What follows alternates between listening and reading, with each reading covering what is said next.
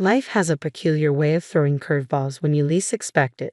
That's how I met Marco. My name is Cora, and at 28, I was working as a fitness trainer at a local gym, living a life as structured and disciplined as my workout routines.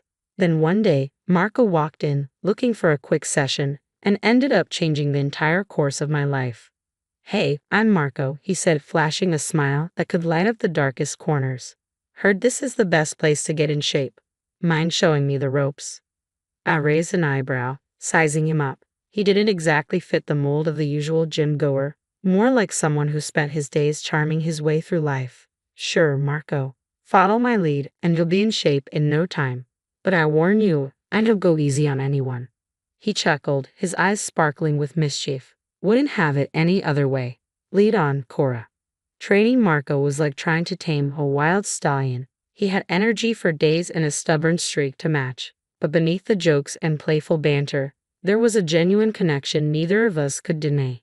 As days turned into weeks, our gym sessions became the highlight of my life. It wasn't just about the workouts anymore. It was about the laughter, the stories, and the moments we shared. One evening, as we wrapped up, Marco turned to me, his usual grin replaced by a serious look. "Cora, I need to tell you something. I'm not just here for the workouts. I'm here for you.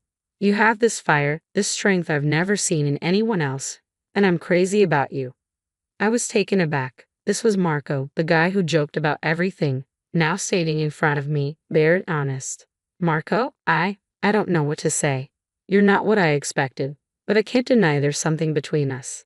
Something real." That was the start of our whirlwind romance, intense and passionate, like a storm that swept everything in its path. Before I knew it, I was saying "I do" to the man who had walked into my gym and turned my world upside down. But the fairy tale didn't last long. After the wedding, Marco dropped a bombshell that would set the stage for the battles to come. "Cora, we need to move into my mother's house. Family is everything to me, and I need to be there for them." My stomach dropped. Maria, his mother, was a force to be reckoned with, sharp-tongued and critical, a stark contrast to Marco's warmth. And then there was Sofia, his sister, a mirror image of her mother's arrogance and disdain. "Marco, are you sure about this? Our relationship with your mother and Sofia is strained, to put it mildly. Is this really the best idea?" I asked, trying to keep the worry out of my voice. He took my hands in his gaze earnest. "I know it's not ideal, but family means everything to me. We'll make it work. I promise. It's me and our little family against the world." Moving into Marco's family home felt like stepping onto a battlefield. Every day was a struggle under Maria's strict rules. "Don't forget the dishes need doing, and the living room needs a good dusting. We run a tight ship here," she would say, her voice dripping with anything but warmth. I would nod, biting back the retorts that threatened to spill. "Of course, Maria. I wouldn't want the house to be anything less than perfect." Sofia would smirk from her perch at the kitchen table, her eyes scanning me like I was some bug under a microscope. "Yeah, Cora, and try to keep up, will you? We don't need any dead weight around here." The days felt long, the work unending. It was like living in a loop, each day a repeat of the last. Cleaning, cooking, trying to find my footing in a house that felt like a minefield. Marco was there, but not really. His restaurant was his world, and I felt like a ghost in his family home. Then, life threw me another curveball. I was pregnant. The news should have been a beacon of joy, but in Maria's house, it was just another ripple in already troubled waters. "Pregnant, huh?" Maria's voice was flat, her eyes hard. "Well, don't expect any special treatment. This house doesn't run itself, you know." I placed my hand instinctively on my belly. "I don't expect special treatment, Maria, but I do expect some understanding. I'm carrying a child, your grandchild." That shut her up, if only for a moment. But the chores piled up and the glares grew sharper, making the house feel smaller each day. Sophia was no help, watching my struggles with a satisfied smirk. "You're slowing down, Cora," she would taunt. "Can't handle a bit of housework. What kind of mother are you going to be?" I wanted to scream, to lash out, but I held it in for Marco, for the tiny heartbeat grew stronger each day. The tension was a constant companion, an unwelcome guest at every meal and every moment. "Marco, please talk to them," I pleaded one night, the weight of the day heavy on my shoulders. "Your mother and Sofia treat me like I'm nothing, like I don't belong." He sighed, a tired sound that spoke volumes. "Cora, they're just set in their ways. It's how they've always been. Just give it time. It'll get better." But it didn't get better, it got harder.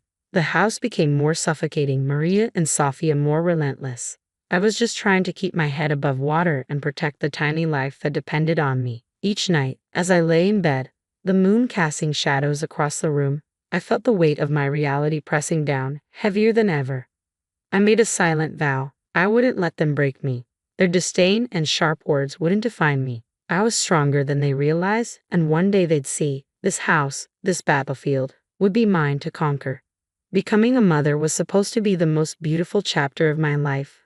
But in Maria's house, it felt more like a trial by fire. Luca was my little bundle of joy, my ray of sunshine amid the storm. Yet every coo and every cry was met with relentless pressure and criticism from Maria and Sofia. Really, Cora, can't you keep that child quiet?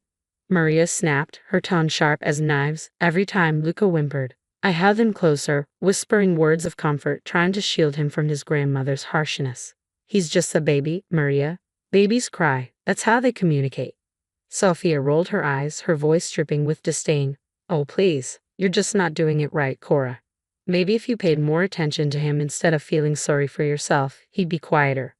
Their words stung, each one a reminder of how out of place I felt in this house and this family. It wasn't just the verbal jabs, it was the scrutinizing looks, especially after my body had changed during pregnancy. The weight I'd gained became a favorite topic of ridicule.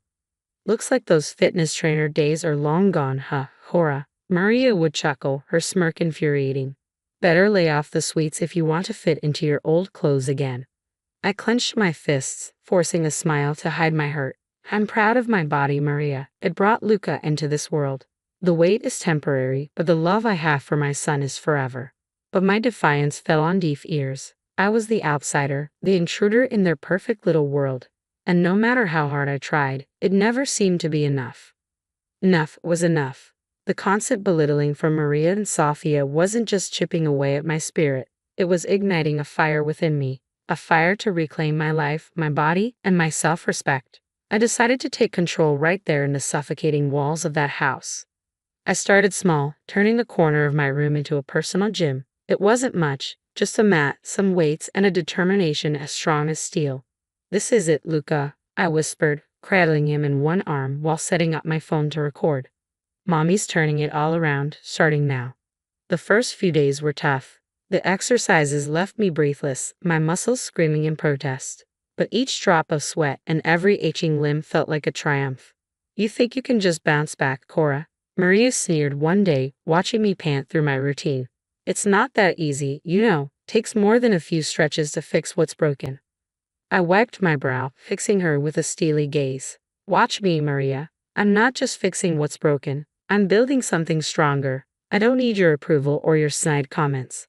That's when I decided to go public with my journey. I started a YouTube channel and an Instagram page sharing every struggle and every victory. It was raw and real, and to my surprise, it resonated with so many out there.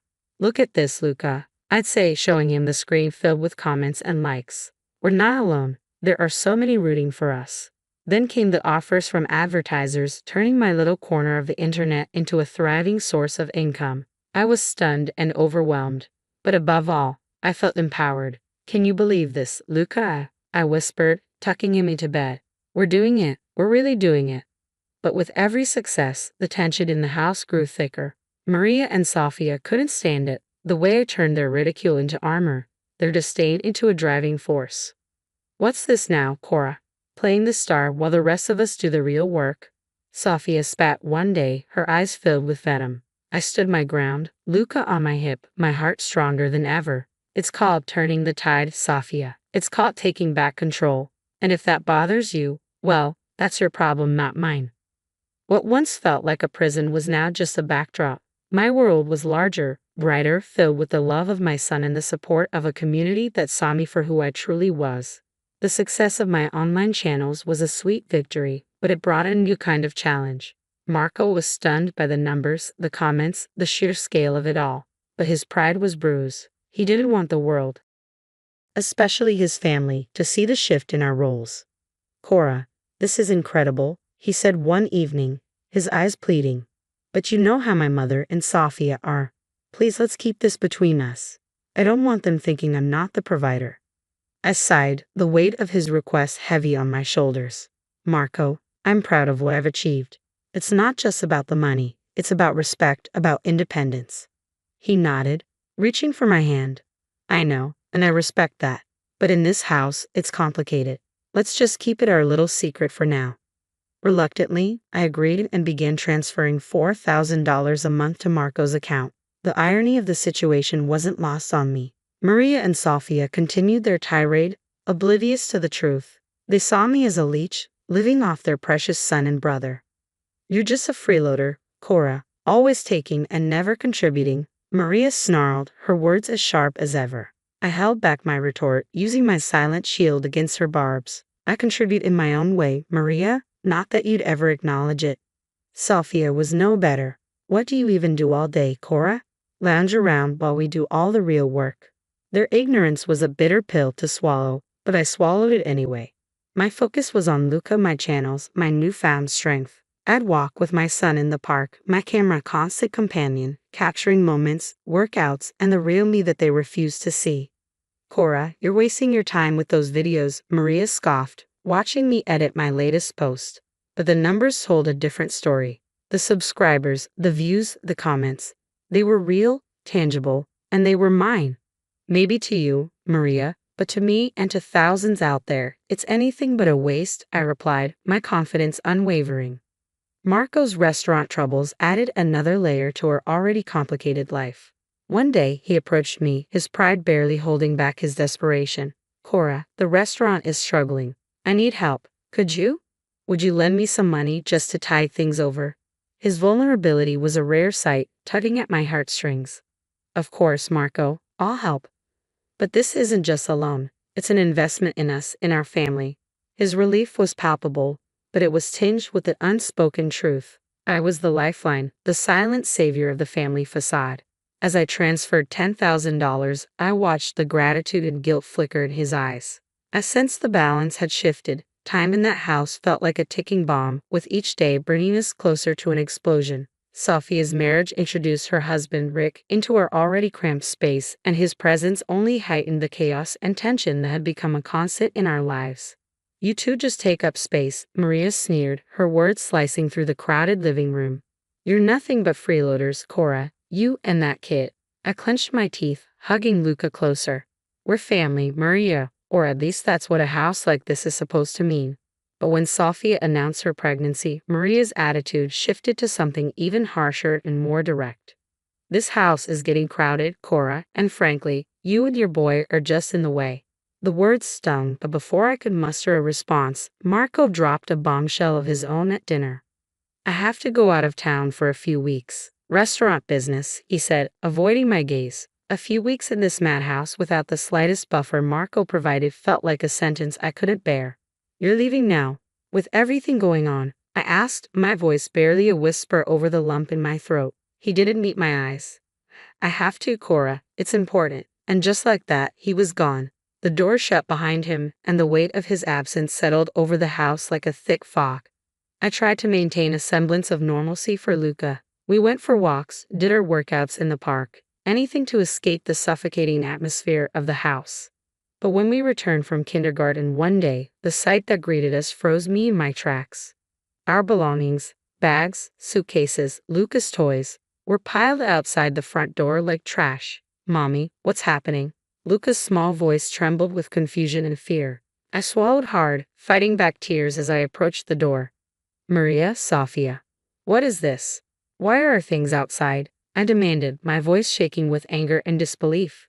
The response came cold and merciless from the other side of the door. You heard me, Cora. The house is too crowded, and you two are just taking up space. It's time for you to leave and find somewhere else to call home. Maria's voice was like a knife, and Sofia's echoing laughter twisted it deeper. I stood there, my whole world collapsing around me. What should I tell Marco? What would I say to my son when he asked where his father, his home, had gone? Their laughter was the only answer, a cruel reminder that we were expendable. An inconvenience easily discarded. With a heavy heart and a mind swirling with shock and betrayal, I gathered our belongings. Holding Luca's hand tightly, I stepped away from the house that was never a home. The pain was sharp, the betrayal bitter, but it was the clarity of the moment that struck me most. This was the end of one chapter, a chapter of struggle and pain, but it was also the beginning of something new, something ours. I rented an apartment, a small but safe haven for Luca and me. As I unpacked our lives, the reality of what had happened and what I had escaped began to sink in. I was alone, but for the first time in a long time, I felt a flicker of hope, a sense of freedom. Settling into the new apartment was a bittersweet experience. It was a sanctuary where the shadows of Maria's house couldn't reach us. I meticulously arranged our belongings, trying to make the space feel like home when my phone buzzed with a message that sent shockwaves through my world. It was from Sophia, her message laced with sickening glee. "You think you know Marco? Think again, Cora." Attached was a link, a portal to a truth I had never imagined. Trembling, I clicked it, my heart racing. I clicked the link, and my world fractured as the screen lit up with images that shattered my reality. There was Marco, not mired in restaurant troubles but tangled in the arms of another woman.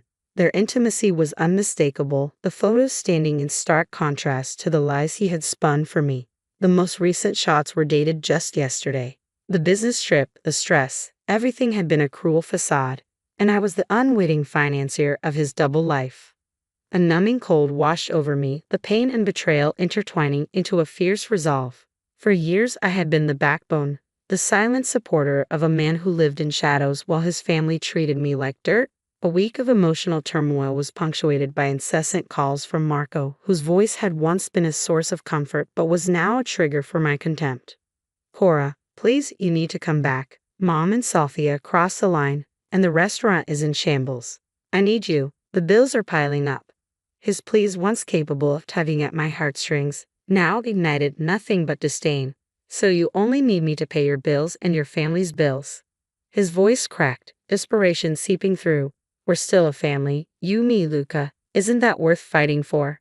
A bitter laugh escaped me. "A family? Is that what you call this charade?" "No, Marco, we're far from a family. And as for your restaurant, your debts are yours to deal with." Silence fell heavily between us, almost tangible. I could feel the weight of his predicament pressing down on him. "But Cora, the money?" "Your problem, Marco. Your restaurant, your money. I'm done being your lifeline." I cut in, my voice unwavering. "However, we will discuss this tomorrow. I will come to your mother's house." I made my decision. I returned to that house, not as the broken woman they expected, but as the force they never saw coming. Armed with the truth and a plan that would turn their world upside down, I stepped into the lion's den. Marco's face lit up with a mix of hope and surprise, but Maria and Sophia's expressions were cold and calculating. They clearly weren't thrilled about my return. "Look who's back," Maria said, her tone dripping with disdain. "Missed us, have you?" I met her gaze without flinching. "Not at all, Maria. I'm here for something important." I handed Marco an envelope. His face drained of color as he recognized it for what it was: divorce papers. "Marco," I stated, relishing the taste of freedom, "our marriage ends here." Maria and Sophia's initial shock quickly morphed into smiles. "Finally getting rid of the dead weight, and Marco?" Sophia jeered, her laughter grating on my nerves. But their joy was premature. "Don't get too excited," I interjected sharply. "You might want to sit down for this. It's been me, not Marco, keeping this household afloat." The room fell silent, stunned. Marco's eyes darted between me and his family as the truth hung in the air. "It's true," he admitted, his voice barely audible. "The restaurant's been failing. Cora's been covering everything. She transferred $4,000 to me every month." Maria and Sophia turned on him, their faces twisted with anger and disbelief. "You lied to us. You let her pay our bills." Maria's voice was shrill. "What should we do now without her money?" "I'm going to file for alimony," Marco said, desperation clear in his tone. "I earn less, so it's only fair." His mother and sister delighted in this revelation, clapping their hands as if they were celebrating a victory. Their hollow applause echoed in the room, but I couldn't help but laugh at the absurdity. "You think that's going to work, Marco? You won't get a cent from me, especially not after I found out about your affair." The color drained from his face. "How did you?" he stammered, his bravado crumbling. I pointedly looked at Sophia. "Your sister was kind enough to send me all the proof I needed." What erupted next was chaos, accusations flying as betrayals were laid bare. Marco and Sophia shouted at each other, arms flailing amid the frenzy. But I remained calm, my next move crystal clear. "I'm taking back what's mine," I declared, my voice cutting through the noise. "Every appliance, every piece of furniture paid for. You're left with what you've earned, which is nothing." And that's exactly what I did. I stripped the house of every trace of my financial support, leaving them to face the consequences of their actions. Their pleas for mercy and forgiveness fell on deaf ears as I blocked their numbers, severing the last ties to a life of deceit and disrespect. The fallout was swift. Marco's restaurant crumbled under the weight of debt. The house was lost, and Sophia's husband walked away from the wreckage of their family. They were left with nothing but each other and the mistakes they had made crammed into a rented apartment. As for Luca and me, we flourished in our new life. Our days were filled with love, laughter, and the peace we had fought so hard to find. The past was behind us, a distant memory overshadowed by the bright future we were building together. We were more than survivors. We were conquerors, and our story was just beginning.